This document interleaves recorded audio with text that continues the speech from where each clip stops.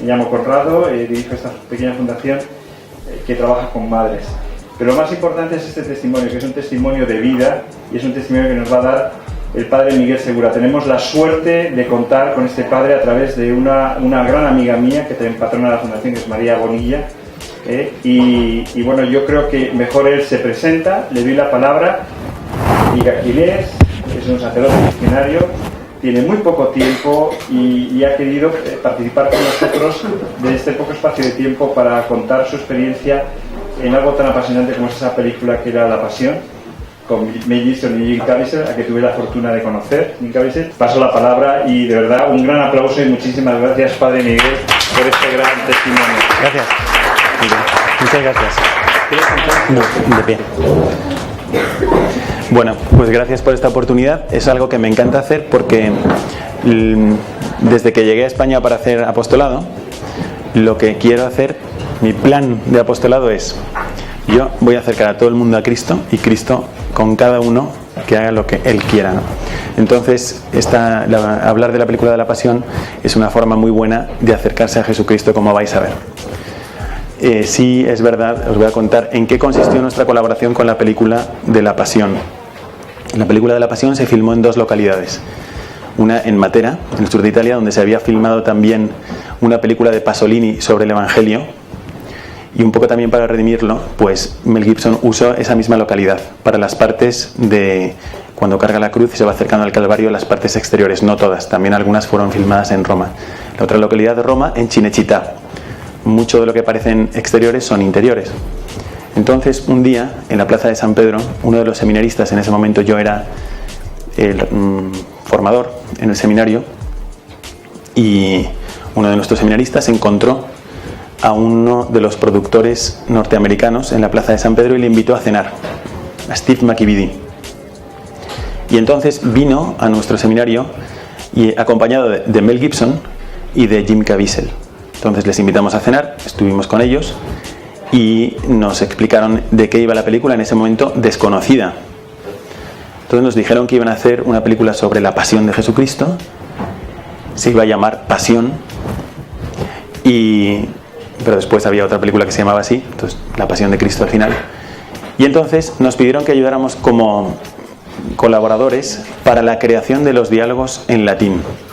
En eso ayudamos. Hubo unos seminaristas, ahora sacerdotes, sobre todo el padre José Lavoy y el padre Dirk Kranz, alemán, que ayudaron en la elaboración de los diálogos en latín, donde los soldados tenían que ser pues un latín así de calle y el de Poncio Pilato debía ser un latín mejor, y el de Jesucristo, que también habla latín, con Poncio Pilato.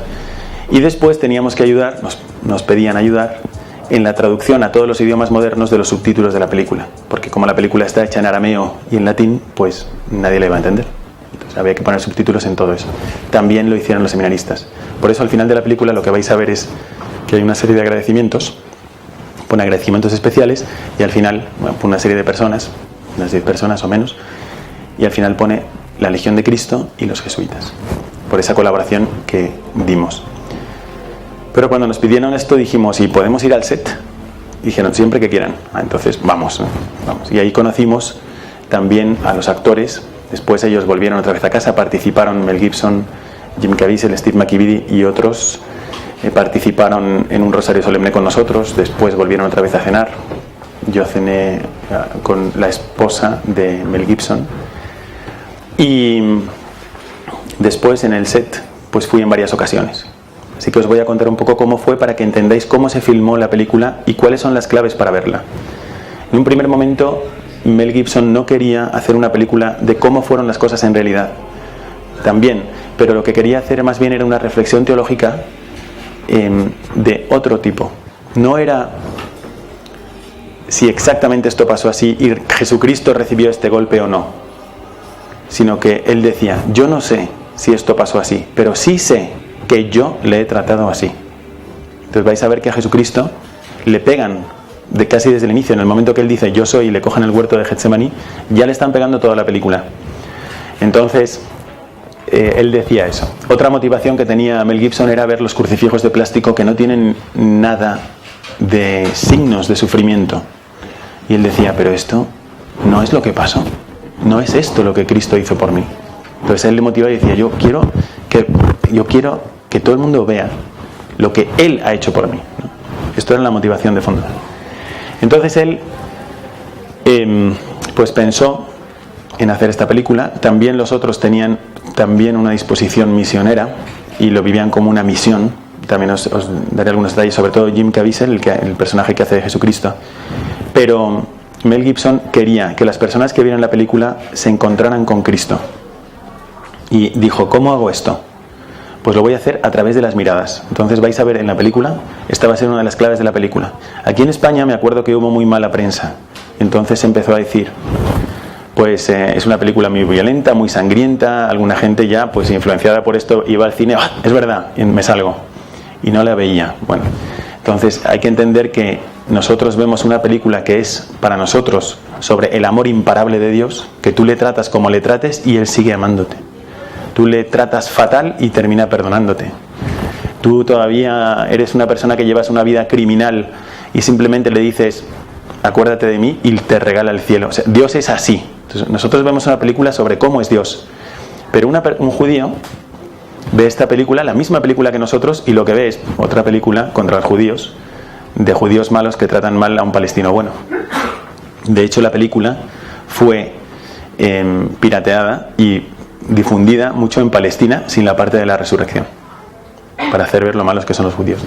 Entonces, obviamente era una película que no se iba a promover desde el mundo judío o tampoco desde Hollywood. Entonces cada día tenían una noticia peor que otra. Entonces Mel Gibson dijo, bueno, pues si ya, digamos, desde el mundo judío no se va a promover la película porque piensan que es antisemita, que no lo es, lo veremos, pues ya solo hace falta que los católicos digan que para un católico tampoco vale, entonces ya no la va a ver nadie. Entonces a él le interesaba que la película, desde el punto de vista católico, estuviera bien. Así que también para eso echamos una mano. Hicimos algunas proyecciones de la película en casa. Primero él vino, nos proyectó la película sin música e invitamos al cardenal que me ordenó, que es el cardenal Darío Castrillón Hoyos. Era en ese momento encargado de todo el clero del mundo. Entonces él vio la película con nosotros, la vimos. Sin música es una experiencia y nos impactó muchísimo. Nos encantó, a él también, y entonces dijo, mira, yo solamente añadiría este aspecto de la Eucaristía, y realmente todo quedó muy muy bien. Así que estas son un poquito, este es el marco en el que nosotros conocimos y tuvimos experiencia de la película. Os voy a contar el primer día que fui al set, acompañé a 2 sacerdotes y nosotros íbamos en un plan muy tonto, ¿no? Muy superficial, porque entramos en Cinecittà, ¡oh, qué emocionante!, ¿no?, el cine, y entramos en los muelles de Nueva York, ¿no?, porque acababan de filmar una película de Leonardo DiCaprio sobre los muelles de Nueva York, y era como estar ahí. Entonces dabas la vuelta al muelle de Nueva York y Jerusalén, ¿no? Y Jerusalén perfecta, y nosotros no veíamos a nadie, estaba todo vacío. Fuimos avanzando y de repente encontramos un centurión. A ver, mira, ven aquí, ven aquí. Entonces, ponme la espada aquí. Una foto. Y estábamos en ese plan. Entonces, cuando llegamos al lugar del pretorio, estaban todos los que trabajaban ese día ahí. Y estaba Jim Caviezel de espaldas con una manta. Entonces, yo fui a saludarle. Ya nos habíamos visto. Él estaba metidísimo en su papel, metidísimo. O sea, cuando vino a la cena, yo me acuerdo que... Vosotros imaginaros, el actor que hace de Jesucristo delante de 450 seminaristas de 30 países diferentes que están dando su vida a Jesucristo.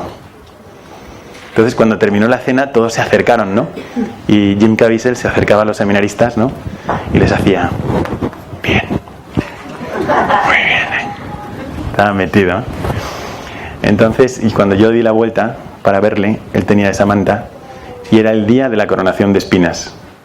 Por lo tanto, la coronación de espinas es justamente después de la flagelación. Así que imaginaros cómo estaba, ¿no? Lo habéis visto en la película. Todo el cuerpo flagelado. Y yo cuando lo vi, yo me acuerdo que tenía preparadas unas frases en inglés para hablar con él y tal. Y lo que me salió fue, es impresionante. Y él me dijo, para mí también es impresionante. Me han empezado a maquillar a las 2 de la madrugada. Entonces vosotros imaginaros por un momento esto para que veáis, vais a ver la película de forma diferente. y para que, digamos, experimentéis cómo lo vivieron ellos. Imaginaros por un momento que te cierran el ojo a las 2 de la madrugada, ¿vale? Tienes el ojo maquillado pero cerrado, y después empiezan a hacerte una pintura aquí, y luego otra aquí, y otra herida aquí, y otra herida aquí, y otra herida aquí, y otra herida aquí, y tú vas viendo cómo te lo hacen desde las 2 de la madrugada. Empiezan a filmar a las 8 de la mañana. Si tú has hecho una meditación de 1 hora sobre la pasión de Cristo, imagínate a este actor viendo cómo sobre su cuerpo van reproduciendo la pasión de Cristo. Él estaba metidísimo. Terminaba todos los días con el rosario. Se ponía de rodillas y terminaba rezando el rosario. Con un sacerdote norteamericano, el padre Jonathan Morris, legionario también, que era el que más trataba con Mel Gibson y Jim Caviezel, era su amigo. A él sí era su amigo.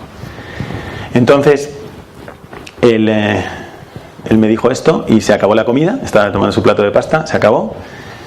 Empezamos, y entonces para esa escena de la película, vosotros vais a ver que aparecen en la pantalla, aparecen 4 personas, 3 romanos al inicio, después 2, y Jesucristo, que está apoyado sobre la esquina. Eso es en el pretorio, no se ve que es el pretorio, parece que es un patio interior y tal, pero es el pretorio. Entonces está apoyado en la esquina, y está, de repente dicen, motores, cámaras, acción. Alrededor había 120 personas, a ojo de buen cubero, todos en silencio, todos mirando. Estaba el actor del doblaje, el doble, que tenía que a lo mejor caerse después si llegaban a tiempo para filmar la siguiente escena. Estaban todos los maquilladores, estaba el productor italiano, estaba Mel Gibson, tenían el mejor director de fotografía en ese momento de Hollywood, que por eso en la película sale tan bien. Y había el cargado del humo, en todas las escenas había humo. Bueno, todo el mundo, pero tú ves 3 personas. Y la escena dura 7, 8, 10 segundos como mucho. Pues 120 personas para 10 segundos de la película, todos viendo a Cristo. Y entonces llegaban los soldados, ¿os acordáis? Van trenzando la corona de espinas, se la ponen en la cabeza, llegan con 2 palos y ¡ya! Pues es aquí mi colaborador, ¿no? Entonces le ponían la corona de espinas, y Jesucristo, cuando le ponían la corona de espinas, hacía ¡ah! ¡Corten! Se repite. Entonces, otra vez, le medían del hombro a la nariz, le ponían más sangre. Motores, cámaras, acción. Entonces llegaban otra vez los soldados y esta vez era así. ¡Ah! ¡Corten! Más sangre, otra vez le medían, se apoyaba. Motores, cámaras, acción. Así. ¡Ah! Al revés. 20 veces o no sé cuántas. Tú estás viendo todo el tiempo la coronación de espinas. Algo que nunca habías visto, no tenías en la mente las imágenes de la pasión. Entonces ellos mismos lo vivían de esa forma. A mí, yo estaba en ese momento, como a la 3ª o 4ª coronación de espinas, yo tenía al lado uno vestido de paisano, alto, más alto que yo, y era de California. Y de repente hace así y me saca un rosario. Y le digo, ¿tú eres católico? Y me dice, no, bueno, hablamos un momento. Le pregunté dónde era y me dijo, yo soy de California. ¿Estás trabajando en la película? No, yo en este momento estoy en el paro, soy amigo de Jim Caviezel y me ha pedido que venga a la película y tal, aquí, que le vea. Entonces de repente, después de la 3ª o 4ª coronación de espinas, me saca el rosario y digo, ¿eres católico? Y me dice, no soy católico, pero voy a pasar a la iglesia católica en esta Semana Santa. Entonces yo, vaya noticia. Me impresionó, además el silencio era impresionante. Entonces me di la vuelta para decirle al padre Juan José Arrieta, que había venido, fui con el padre Macio Braquet, el padre Juan José Arrieta. Entonces el padre Juan José Arrieta no estaba, porque estaba confesando al productor italiano, se estaba confesando ahí al lado de la pared. Entonces esto pasaba, este era el ambiente. Y después, en otra ocasión, bueno, en el momento de la flagelación, por ejemplo, que vosotros vais a ver en la película, pues él estaba así, Jim Caviezel estaba así, tenía delante un espejo, tenía detrás como una tabla de madera. Entonces llegaban y cuando le iban a golpear, pues él veía que venía el golpe y fingía el dolor. Pero en una de estas se escapó uno de los flagelos y le pegó aquí, en el costado, aquí, abajo. Y pegó un alarido. Entonces cortaron la película durante 2 días. Solo uno, Solo uno. Que también nos hizo pensar mucho y hace pensar, cuando tú te das cuenta de que solo uno, pues hace pensar cómo habrá sido para Jesucristo. Y es más, cogieron la herida de Jim Caviezel y la tomaron de modelo para las demás. Entonces hay heridas que vais a ver ahí que están tomadas de modelo de esa. ¿Qué más os puedo contar? ¿Cómo? Bueno, si queréis hacer alguna pregunta, la podéis hacer, porque estoy tratando de resumir y seguramente se me van a pasar muchas cosas. Os voy a decir... ¿Cómo? Creo que hay un rayo en el alto de la cruz. Yo eso lo he escuchado, pero yo no te lo puedo decir. Lo he escuchado, pero a mí no me lo dijo ninguno de ellos. Entonces, os voy a contar de algunos personajes. Nosotros, sí, es verdad que había personajes, no voy a decir que todos los que estaban ahí se convirtieron, no, en absoluto. Como tampoco, no todas las personas que encontraron a Cristo en vida se convirtió. Pero sí es verdad que sí hubo algunos que se acercaron mucho a la iglesia. Pedro y Judas en la vida real son amigos. Son dos actores italianos amigos. Y no practicaban, pero empezaron a practicar y venían los domingos al seminario y estaban ahí Pedro y Judas atrás en la misa, todos los domingos. También la Verónica, que tampoco era practicante, que parece judía, ¿no? Tiene su nariz ahí y tal, pues no, es italiana. Pues también se acercó mucho a la iglesia.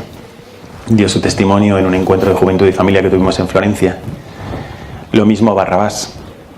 Bueno, en cuanto a la mirada, ¿os he dicho lo de la mirada?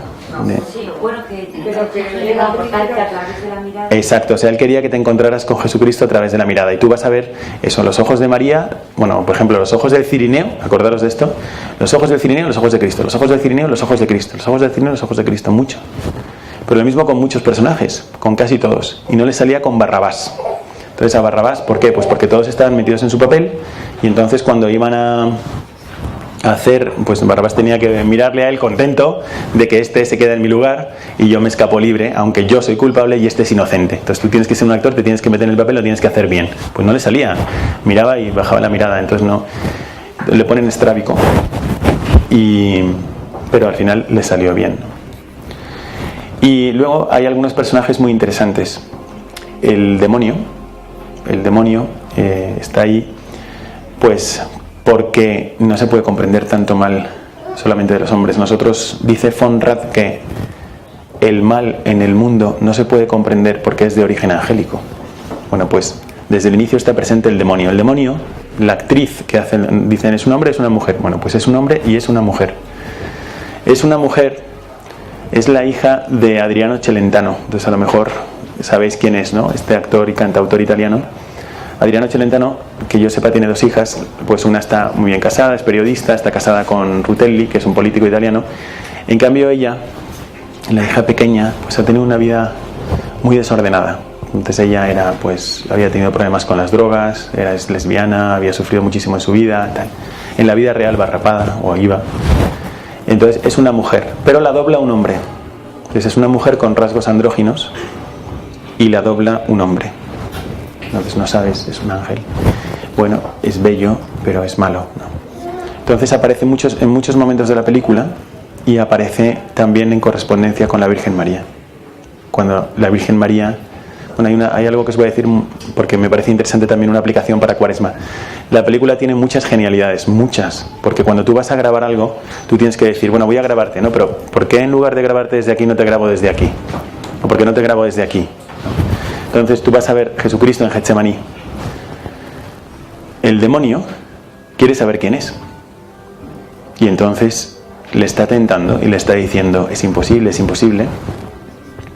Nadie puede cargar los pecados de todo el mundo. Y Jesucristo no le habla. Jesucristo está mirando hacia otra parte, está mirando hacia arriba y está diciendo, Padre. Entonces el demonio le dice, ¿quién es tu Padre? ¿No? El demonio quería saber quién era. Si eres el Hijo de Dios, en el desierto, ¿no? Si eres el Hijo de Dios, si eres el Hijo de Dios, si eres el Hijo de Dios. Se retira hasta que llega su hora. Esta era la hora de las tinieblas. Entonces, Jesucristo no le habla. Solamente al final, cuando ha vencido la tentación, entonces le mira. Entonces, Jesucristo, una de las cosas que quería Mel Gibson, otra clave de la película, ya no me acuerdo si lo he dicho aquí o no, porque lo he dicho antes en la entrevista, pero no me acuerdo si lo he dicho aquí. Quería mostrar que Jesucristo se entrega por nosotros libremente. No lo he dicho, ¿verdad? Entonces pensó Mel Gibson, ¿cómo hago esto? ¿Cómo puedo hacer ver que Jesucristo se entrega libremente? Quiere decir que no hay nada en el universo que diga que Jesucristo tiene que pagar por tus pecados. Tus pecados son tuyos, ¿vale? Existen muchos pecados en el mundo, muchos, muchísimos, más graves que los míos, pero hay algunos que llevan mi firma. Esos los pagas tú. Pues Jesucristo los coge y los paga Él, y lo hace libremente. ¿Cómo se manifiesta esto en la película? Pues cuando Cristo se levanta. O sea, hay varios momentos en la película en los que las cosas podrían haber ido de otra forma y Jesucristo se levanta. Pues una es en Getsemaní, son 6 veces me parece. Una es en Getsemaní, otra es en la flagelación. Primero le barean, entonces él se desploma y ya todo el mundo está cansado, ya le dan por torturado y entonces Jesucristo ve a la Virgen. Cuando viene la Virgen la ve llegar y entonces se levanta mirándola. Todo esto está pensado. Se levanta mirándola. Y entonces ya cambian los flagelos y le empiezan a dar. Después en la cruz se va cayendo, sus 3 caídas. Pero después viene la más dramática, que es cuando llega al Calvario. Cuando llega al Calvario están gritándole: levántate, levántate, levántate, rey de los judíos, levántate. Y no puede. No puede. Entonces vuelven otra vez: levántate, levántate. Y entonces en ese momento mira, otra vez llega María y se levanta. Y se levanta de una forma muy dramática, porque tú lo ves desde arriba y él se está levantando, que no tiene tanto sentido, después se arrastran. Se está levantando. Y con una música muy emocionante. Es el acto libre de Cristo. Él está haciendo eso porque quiere, nada le obliga. Yo debería pagar por mis pecados. Él quiere pagar por los míos. Entonces, esto era para que veáis un poco el contexto y el ambiente de la película. Entonces hay muchos actores, actores muy interesantes. Os voy a contar de algunos, a no ser que tengáis alguna pregunta. Con una pregunta me vendrán... A ver, dime. La del diablo, cuando parece que lo están flagelando ahí, que tiene una especie de cosa rara, que no es ni bebé ni hombre. Sí, el bebé demoníaco, ¿no? Sí. Siempre me lo preguntan. El bebé demoníaco es un señor napolitano, buenísima persona, que reza el rosario todos los días. Buenísima persona. Pero sí, lo ponen ahí porque, de lo que yo pude entender, el pecado siempre se te presenta como algo fecundo. O sea, siempre parece que te va a aportar algo. Si tú no pecas, si tú tienes una tentación, ¿no? Por ejemplo, voy a ser infiel. Voy a ser infiel. Ahí va, ¿qué se me está ocurriendo hoy? ¿Por qué voy a ser infiel? No, pero es que si no soy infiel, me va a faltar algo. O sea, se te presenta, efectivamente va a ser algo fecundo. Entonces, el pecado se te presenta siempre como que te va a dar algo. Y efectivamente es fecundo, pero cuando lo ves, parece que te ha dado algo, pero cuando lo ves es monstruoso, ¿no? Entonces, en ese momento, también lo ponen como que la violencia gratuita o la crueldad es hija del demonio. Porque es en el momento en el que ya nadie está reflexionando. Él está con la mirada perdida, el que está dirigiendo, que después viene Abenader para decirle ¿qué está pasando? Y tiene que decirlo varias veces para que reaccionen todos, porque están como poseídos por eso. La crueldad es hija del pecado. La actriz que es en el papel de la Virgen María es rumana. Es rumana, sí. Y se llama Maya Morgenstern, estrella de la mañana. Para la gente que los rumanos son también gente... No era la única rumana. No era la única rumana. Solamente... Era, sí, ella es... Yo soy rumana también. Qué bien. Pues acabo de estar con Juan Manuel Cotelo, que está casado con una rumana, con Simona Puskás. Gracias. Bueno, pues efectivamente la Virgen María, la actriz que hace la Virgen María se llama Morgenstern, que significa estrella de la mañana. Y era una casualidad eso, pero durante la grabación estaba embarazada. Entonces quedó embarazada y hubo muchas tomas pues que se tuvieron que pensar de otra forma. Y también hubo cosas que los actores se meten en el papel y no están en el guión. Por ejemplo, en la Virgen María vais a ver que en el momento en el que están crucificando a Cristo todos están de rodillas y empiezan a elevar a Cristo y María es la única que se levanta con él, pero coge las piedras. ¿Os acordáis? Coge las piedras y cuando se está levantando las va soltando, como que ya no le queda nada. Bueno, eso se le ocurrió a ella en el momento y Mel Gibson lo vio y dijo: graba eso. Y empezaron a grabar, ¿no? Entonces ella suelta las piedras. Muy bien. Bueno, ¿alguna pregunta más? Si no, seguimos con los... ¿Mel Gibson está basado en el libro de la persona que vio todas las apariciones del Señor? No, está basado todo en el Evangelio, pero hay unas 3 escenas que están basadas en Catalina de Emmerich, que son pues cuando empujan a Cristo y cae con las cadenas y se queda colgando y ve a Judas. La escena del cuervo, que cuando el mal ladrón no tiene la fe, no ve con los ojos de la fe, el cuervo le pica un ojo. Y cuando María Magdalena está ya desesperada, piensa que todo es mentira, que no ve por dónde qué está pasando, y entonces le dan la vuelta a la cruz, y la cruz, Dios, según esta vidente, pues hace un milagro, y entonces Jesucristo no es aplastado por la cruz, sino que se queda flotando a ras de tierra, pero flotando, y María Magdalena es la única que lo ve. María lo ve, entonces ella ve a los judíos están viendo cómo clavan el clavo, el centurión está mirando para otra parte, solamente ella se da cuenta de que Jesucristo está como levitando. Eso está sacado de ese libro, lo demás todo está basado en el Evangelio. Y la escena también cuando María Magdalena y la Virgen están recogiendo la sangre de Cristo con los trapos, que yo me acuerdo que en ese momento, cuando estaban grabando esa escena, dijeron: para que los sacerdotes seáis conscientes de lo que hacéis cuando limpiáis el cáliz, que es cuando María está recogiendo la sangre de Cristo. María era... O sea, esa aportación también es de un libro de Catalina de Emmerich, si no recuerdo mal. Muy bien. Eso no se ha salido para nada, nada es decir, producción suya. Todo es producción suya. Todo, por ejemplo, a él se le ocurrió una cosa que es totalmente de Mel Gibson. La lágrima de Dios Padre, cuando muere Cristo y desde arriba ves que se deforma la imagen y se desprende una lágrima y cae, y en ese momento es el terremoto, justo cuando Jesucristo muere. Eso yo me acuerdo cuando él estaba explicando eso. Entonces se va a formar y tal, y vas a hacer. Él es un genio para esto. A ver, ¿queréis alguna pregunta más? Sí, es que yo he oído como crítica de esta película, sí, de Gibson, sobre todo pues es la imagen, bueno, sobre todo la primera de la película, ¿no? Como empieza la agonía de Jesucristo en el Monte de los Olivos, ¿no? Que él hace ya eso como una imagen de una agonía especie de humana, más que Jesucristo hombre, más que Jesucristo Dios. Ah, pues mira, esto precisamente es lo contrario de lo que quería Mel Gibson, porque él presenta a Jesucristo como Dios desde el inicio. Si no, ¿qué sentido tiene comenzar con un milagro? Porque comienza con Malco. Entonces, la película de Pasolini es totalmente lo contrario, es humana, la historia de un hombre bueno perseguido por hombres malos. Pero esta no, esta es la historia de Dios, y desde el inicio mete al demonio, ¿no? ¿Quién es tu padre? Y empieza así con el milagro de la oreja, que le dedica mucho tiempo. O sea, tú dices, bueno, una vez que la vuelves a ver, dices, pues sí que ha invertido tiempo. Es más acción que sentimiento. O sea, sí, en el sentido de la agonía de Jesucristo es más interior que exterior.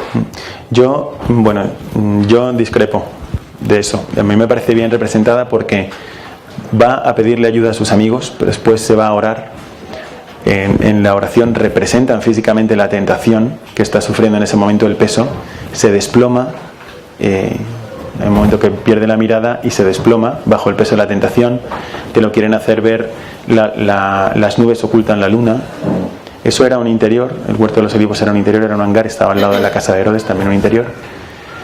Y lo que nosotros sabemos que Jesucristo pasó, aunque es por una revelación privada, es que, y por eso tenemos la hora santa en la iglesia los jueves, que Jesucristo en una revelación privada le dijo a una santa, creo que era Santa Margarita María de la Coque: te pido por favor que las noches que van del jueves al viernes pases una hora velando conmigo, en recuerdo de aquella hora que los discípulos no pudieron pasarla, porque en aquel momento sufrí más que en toda mi pasión, porque sufrí el mismo terror que experimenta un alma que se pone delante del tribunal de Dios y recibe el juicio de condenación.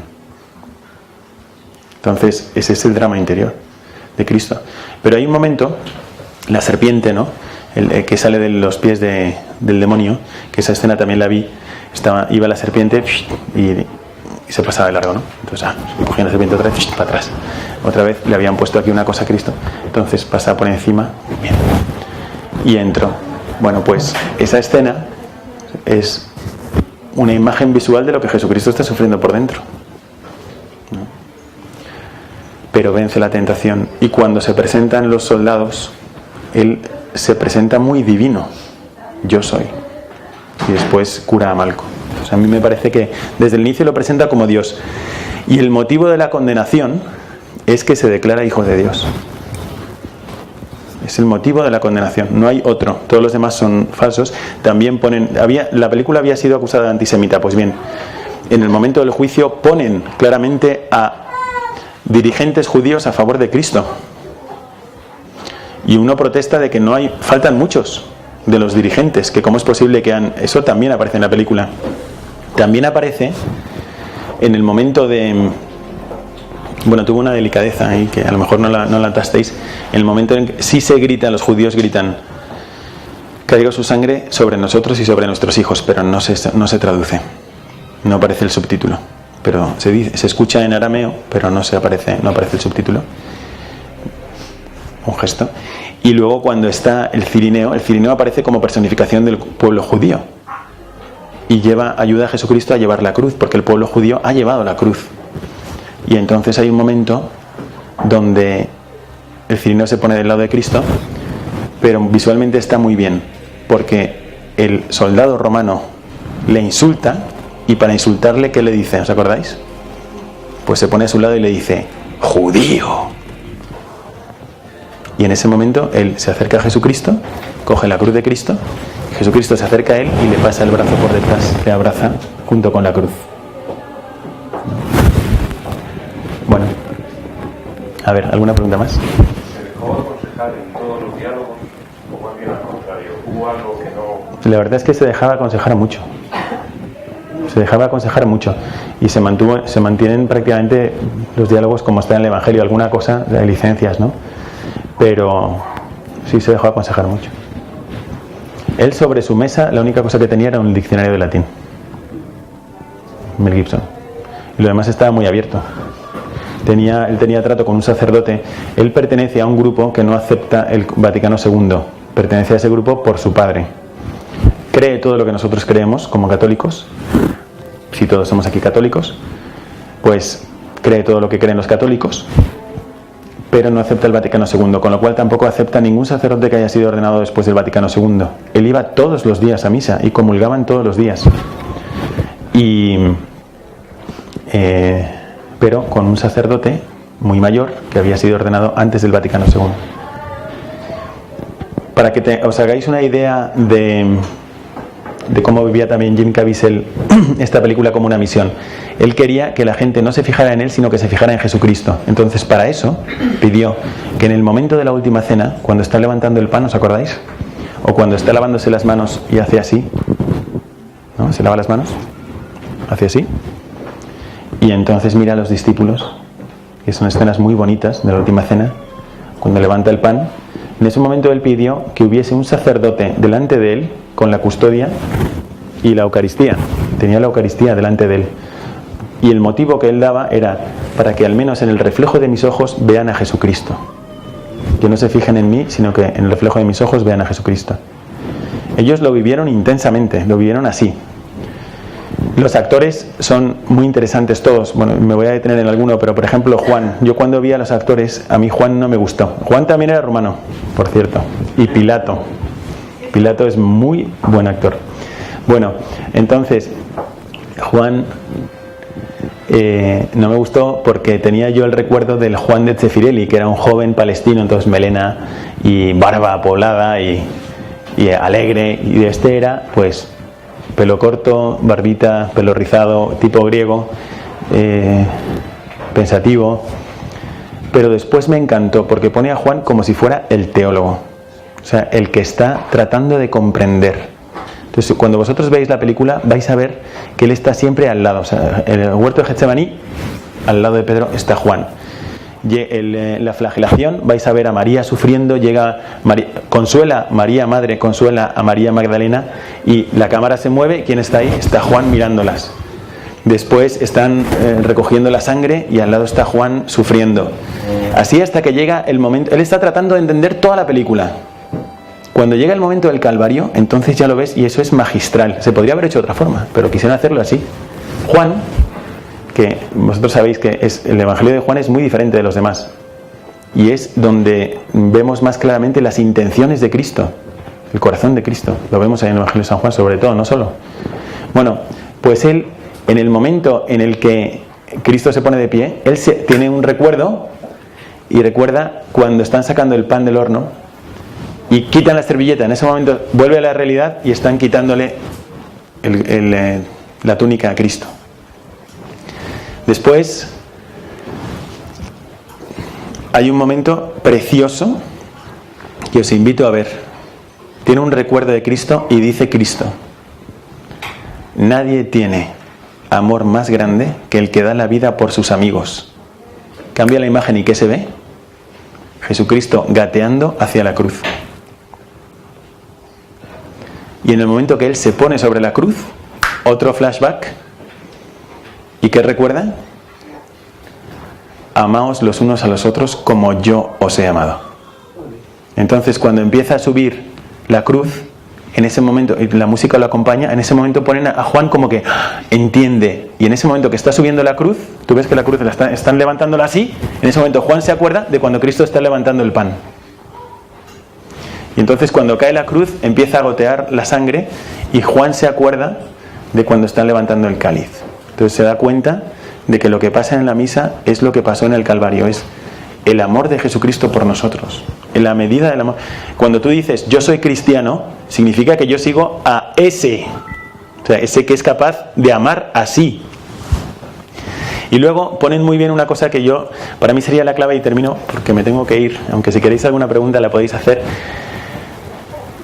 Para mí la clave para toda la película, sobre todo para si hay alguien que sea muy impresionable o que tengan en la idea pues cuánta violencia y cuánta sangre y tal, que sepáis que ellos estudiaron la sábana santa y era demasiado, no podían poner la sábana santa en el personaje, era demasiado, entonces está bastante rebajado. Entonces, eso es todavía peor, ¿sabes? Eso sí, pues así fue, ¿vale? Entonces lo rebajaron. Pero a lo que voy es lo siguiente. A nadie le gusta ver a un hombre que muere.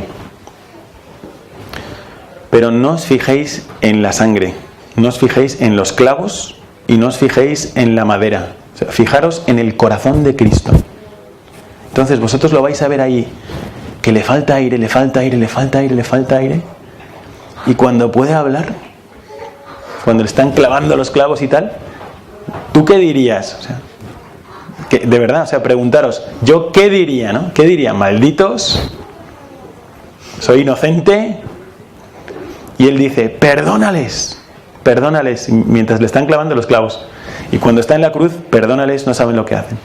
Entonces, ya está ahí, no puede, vosotros imaginaos el sufrimiento, las moscas, sin poder tocarse, ¿no?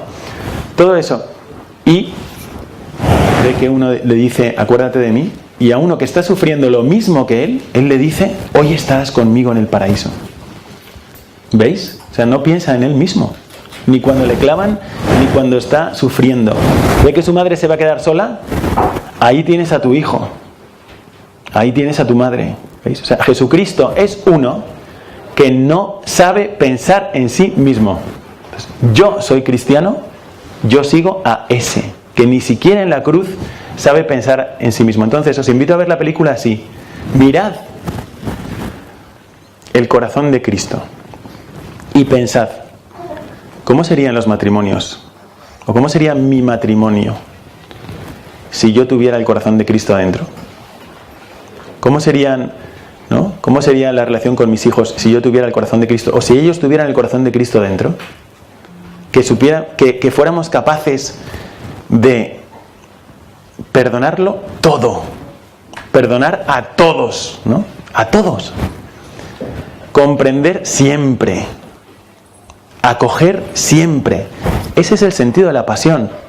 Jesucristo nos podía haber salvado de otras formas, pero quiere que no quede duda de su amor y que no quede duda del tipo de amor que nos invita a vivir.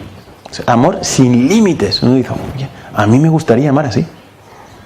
A mí me gustaría amar así. Pues eso se llama cristianismo.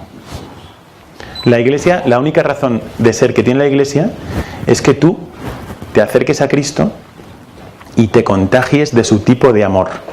Así que ved la película en esta clave. ¿Cuáles son los sentimientos de Jesucristo? ¿Qué quiere? ¿Qué busca? ¿Qué me quiere transmitir? ¿Qué me invita a vivir? Y después piensa, oye, pues realmente mi vida, o sea, sería, imaginaos que todo el mundo viviera eso, pues sería el cielo, ¿no? Pero yo voy a hacer una pregunta, ¿por qué al final pide ayuda al Padre? Porque por temas abandonados. Sí, pues es un salmo, si os fijáis, lo que Cristo dice en la cruz siempre es corto, porque ellos estaban colgados y estaban... Y de repente, cuando podían hablar, ¿no? ¡Escucha! Así, ¿no? Bueno, pues él se levanta y grita, Dios mío, no Padre, Dios mío, ¿por qué me has abandonado? Cristo, cuando se dirige a Dios, siempre dice Padre. Y en esta ocasión dice, Dios mío, ¿por qué me has abandonado? ¿Vosotros qué pensáis si yo digo, cerca de ti, Señor, y me callo? Ah, cerca de ti, Señor. ¿Qué quiere decir? Cerca de ti. Está entonando algo. Él está entonando un salmo que es todo de confianza. Todo de confianza. Entonces, leéroslo. Ahora no me acuerdo del número del salmo, pero leedlo. 21.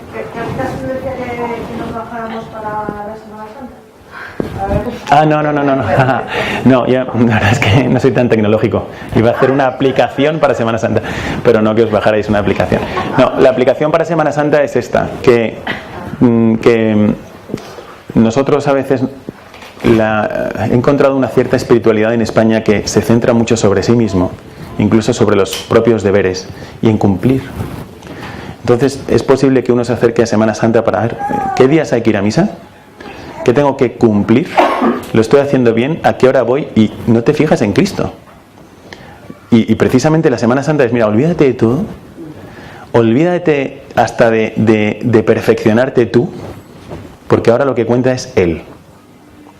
Entonces, aplicación para Semana Santa: mirar a Cristo. Mirar a Cristo. Y esto en la película, los que miran a Cristo cambian, ¿no? Esto pasaba en la película, o sea, en el Evangelio se dice que de Cristo salía una fuerza que transformaba a todos, que sanaba a todos. Y esto pasa cuando tú también contemplas el Evangelio. Claro, si tú vas a la oración a pensar en ti mismo, no cambias nada, sales más preocupado. Pero si tú vas a la oración a mirar a Cristo, entonces de repente te inspira. Pero no solo te inspira, es que te da un empujón, o sea, te da una gracia hacia algo que Él te inspira, hacia algo suyo, no tuyo. El sentido de nuestra vida no está en nosotros, sino sobre nosotros. Ayer en el Evangelio Jesucristo decía, vosotros sois de la tierra, yo soy del cielo. Entonces, el mejor de nosotros, la persona que más haya trabajado sobre sí misma, que no tenga ningún defecto, ese es de la tierra. Nosotros somos del cielo, ¿vale? Digo, Cristo es del cielo. A ver.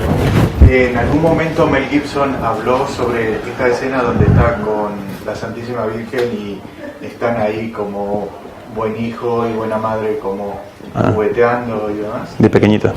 ¿Dijo algo él? No, yo no me acuerdo, pero me acuerdo que cuando la vieron los padres, esa escena yo no la vi rodar, pero volvió un padre norteamericano, padre Jonathan Morris, y me dijo, hay una escena. Entonces él tomó esa escena, la escena que él había visto, y la usó para todo un retiro, ¿no? Muchísima gente realmente vio la película como ocasión de meditación, de contemplación de Cristo. Y esa escena no la vi filmar, desgraciadamente. No me acuerdo. Juan Pablo II. Estaba Juan Pablo II, yo no te sé decir si la vio. A mí me dijeron que la vio. Le hizo un pase privado. Mire, o sea, es lo que se ha dicho, ¿no? Nosotros se la entregamos a su secretario, ¿no? Al cardenal Stanislao Sivich, y después me dijeron que el Papa dijo, pero por eso yo no puedo decir, el Papa dijo esto, no. Me dijeron que el Papa dijo, ya está muy mal, así fue. Sí, pero esto es decir, yo no doy fe de esto, yo hablo de lo que vi, o de lo que me dijeron los padres que venían del set cada día y me decían, mira lo que nos ha pasado. Ah, pues entonces sí, ¿no? Pero de primera mano, si no. ¿De acuerdo? Muy bien. Una cosa que os voy a decir de Herodes, porque estuve hablando con Herodes. Habéis visto que, bueno, Herodes es un italiano, el que hace de Herodes es un italiano, y os acordáis que normalmente en las películas de Jesucristo o que tienen que ver, cuando aparece Herodes, pues aparece como un rey con una barba, con una corona, con una espada cruel, etcétera, y aquí ponen un gordito superficial, lo que, ¿dónde está? Y se equivoca, y es ese, y se decepciona, ¿no? Como el modelo del hombre superficial. Yo ese día llegué y Mel Gibson estaba así, tenía aquí bastantes televisiones pequeñas, y yo llegué y justo en ese momento, había un coche fuera que tenía un leopardo, que es el que aparece ahí, ¿no? Era de un rumano, por cierto, bien, cuarto que sale, y el rumano tenía un zoológico, todos los animales de la película eran suyos, la serpiente, el leopardo, el cuervo, todos. Bueno, pues y él estaba ahí también vestido de guardia del templo. Bueno, pues llegué, le vi, me enseñó el leopardo y tal, y entrando, de repente sale por aquí Mel Gibson. Mel Gibson estaba de espaldas, sale Jim Caviezel y sale con una argolla en el cuello, con grilletes, y a mí me impresionó muchísimo. Me daban ganas de dar un abrazo, ¿no? Y salió Jesucristo así, ¿no? Para preguntar, ¿está bien así? ¿O le tengo que decir algo? Y Mel Gibson le dijo, no le tienes que decir nada. Está bien, vamos a repetirlo. No le habla, No le habla porque Dios no puede hablar con el superficial. Entonces, se pone delante, y cuando entras, yo en ese momento también estropeé la filmación porque movieron la cámara muy rápido y yo estaba aquí abobado y me pegó y se repite. Entonces, esa fue mi gran aportación a la película. Entonces, él no mira a Herodes, baja la mirada, no mira a nadie de la corte de Herodes, solamente mira a un guardia de color que está con el leopardo, como el más humilde. A él le mira. Y la gente de la corte de Herodes es muy rara, ¿no? Entonces yo pensé, impresionante el maquillaje, increíble, ¿no? Pero después iban a sus casas y no era el maquillaje, eran así todos. Habían cogido a los más raros, los habían puesto en la corte de Herodes, porque no es humano tratar así a Dios. El hombre está hecho para Dios y es raro estar delante de Dios. O sea, Herodes estuvo delante de Dios encarnado y lo trató como un tonto. Entonces lo ponen muy bien en la película. Muchas cosas son muy meditables, ¿no? En el mismo momento que estaban haciendo esta escena, estaban rodando, porque estaba la casa de Herodes, detrás estaba el huerto de Getsemaní y arriba estaba el puente por donde cae Cristo y se queda colgando. Y había un doble haciendo eso, ¿no? ¿De acuerdo? Y cuando caía, nos explicaban que cuando caía Cristo, con la mirada, porque vais a ver la mirada de Judas, la mirada de Cristo, la mirada de Judas, la mirada de Cristo, con la mirada de Cristo tenía que decirle todavía, ven conmigo, triste, pero no reprochando. Y Judas como que sí, pero no. Bueno, tengo la cabeza muy confusa, pero si me preguntáis algunas cosas igual salen otros datos. A mí esa película me dio mucho para dentro. Y hay una escena que no ha comentado y a mí me impactó. Y era cuando él está abajo, el Señor está abajo, y pasa a su madre y como esa unión. Sí, que aparece María. María. Sí. Que a mí me lo explicaron, cuando me la explicaron, me la contaron así, que yo no alcanzo a ver en la película si sucede o no, pero me acuerdo perfectamente, el padre Jonathan me dijo, hoy han filmado esto. La Virgen María está como tanteando un sitio, lo encuentra, se pone en el suelo, llora, y siguen la lágrima por entre las piedras, y le cae a Cristo y mira hacia arriba, ¿no? Así me lo explicó, pero en la película creo que no es así, que simplemente es como una unión espiritual, ¿no? Bueno, entonces... Pero que se ve la unión que hay. Sí, yo no sé ya más, no hubo así como declaración de intenciones que yo conozca todas, ¿no? Yo conocí muchas cosas gracias a Dios, pero para nada todas, ¿no? Entonces yo os digo lo que sé, ¿no? Y hay una escena también que cuando el va cargado con la cruz, la Virgen es como si fuera, se tapa, se resguarda. Y Juan la está pidiendo a la Virgen que vaya a ver al hijo que está sufriendo. Ella le pide... Ella tiene en ese momento, siente tanto dolor que rechaza, y Juan le está pidiendo que vaya al hijo que le está pidiendo ayuda.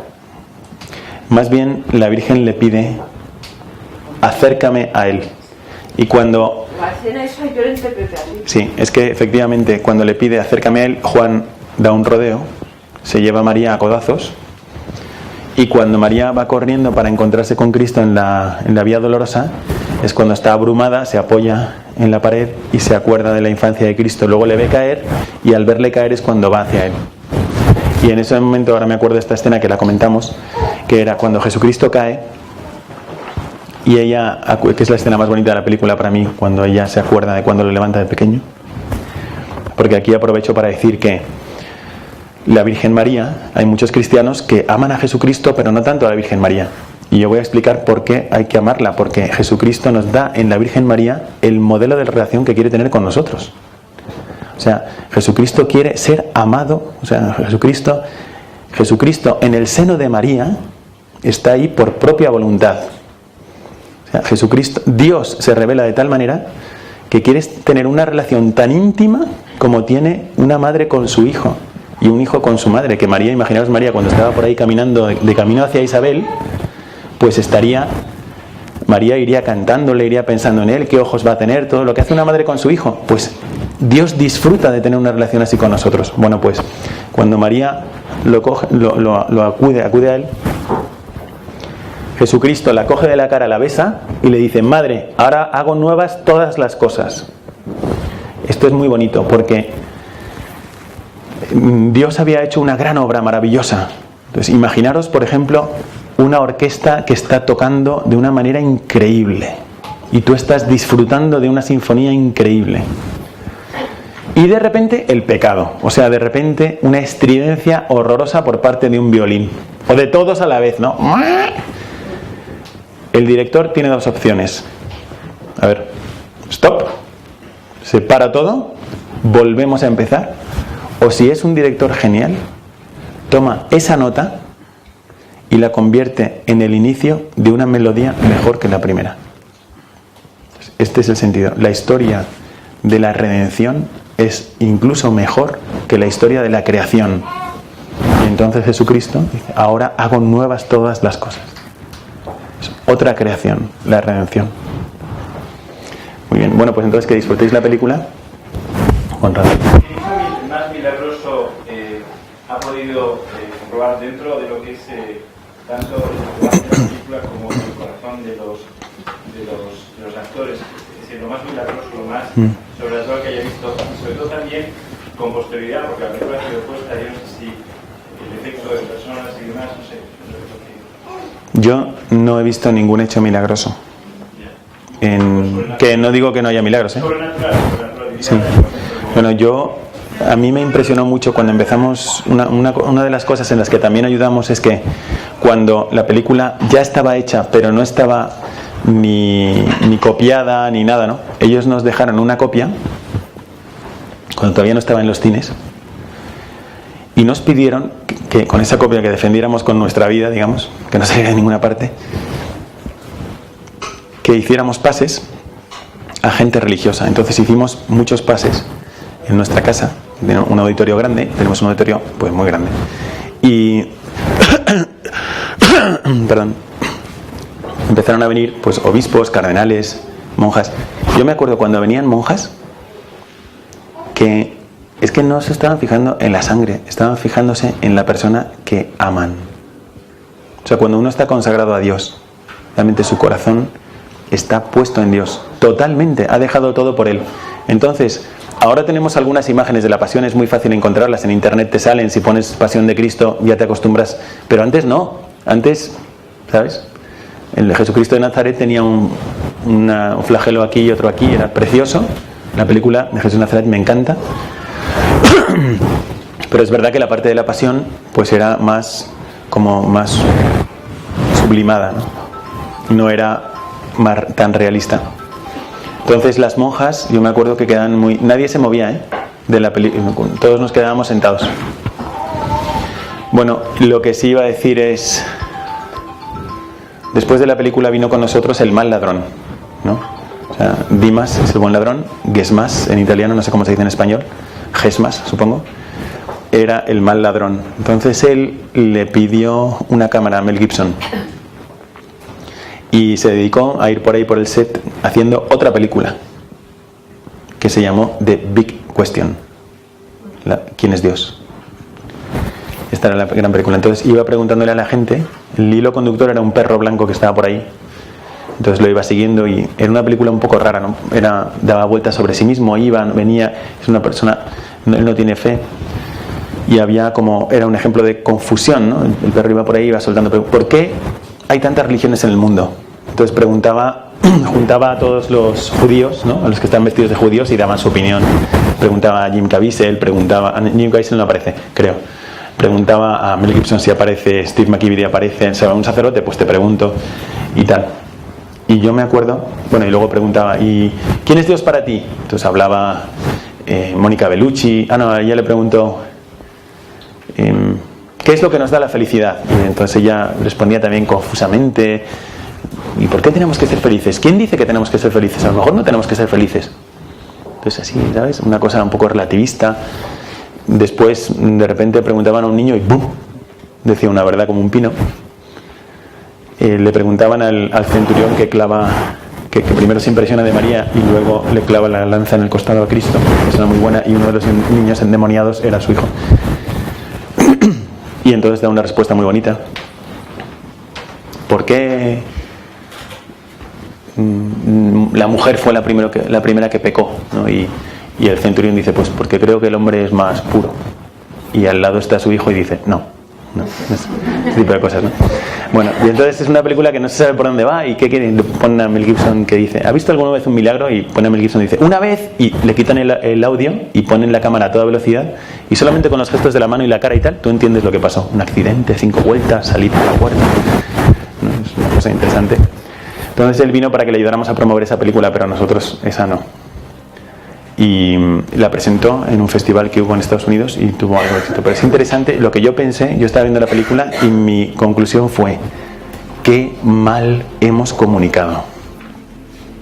Qué mal hemos comunicado. Qué bien comunica a Cristo. Si tú miras a Cristo, te queda claro, amad como yo.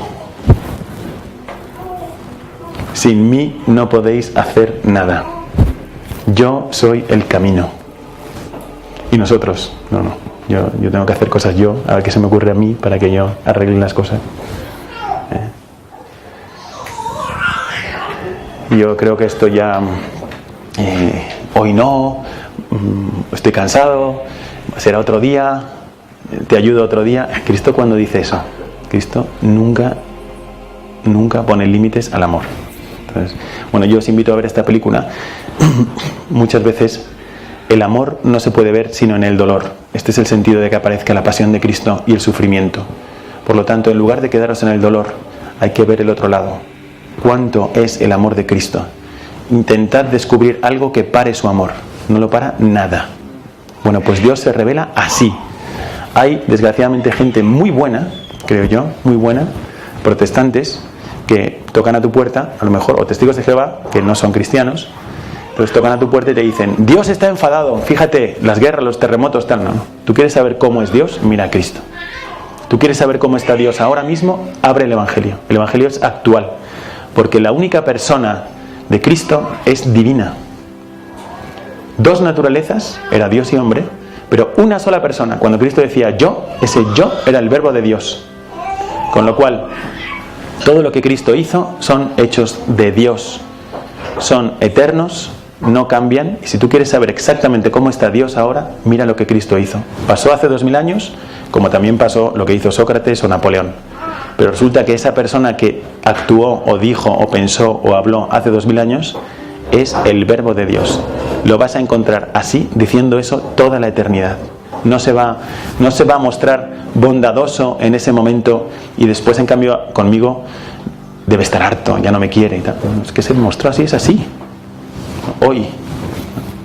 No, pero yo creo que conmigo está lejano. ¿Cuándo se ha mostrado lejano? ¿No? Es así hoy contigo. Bueno, pues mirad a Cristo Dios, Fijaros en la mirada de Cristo, encontraros con Cristo y sobre todo fijaros en el corazón de Cristo. Y muchas gracias.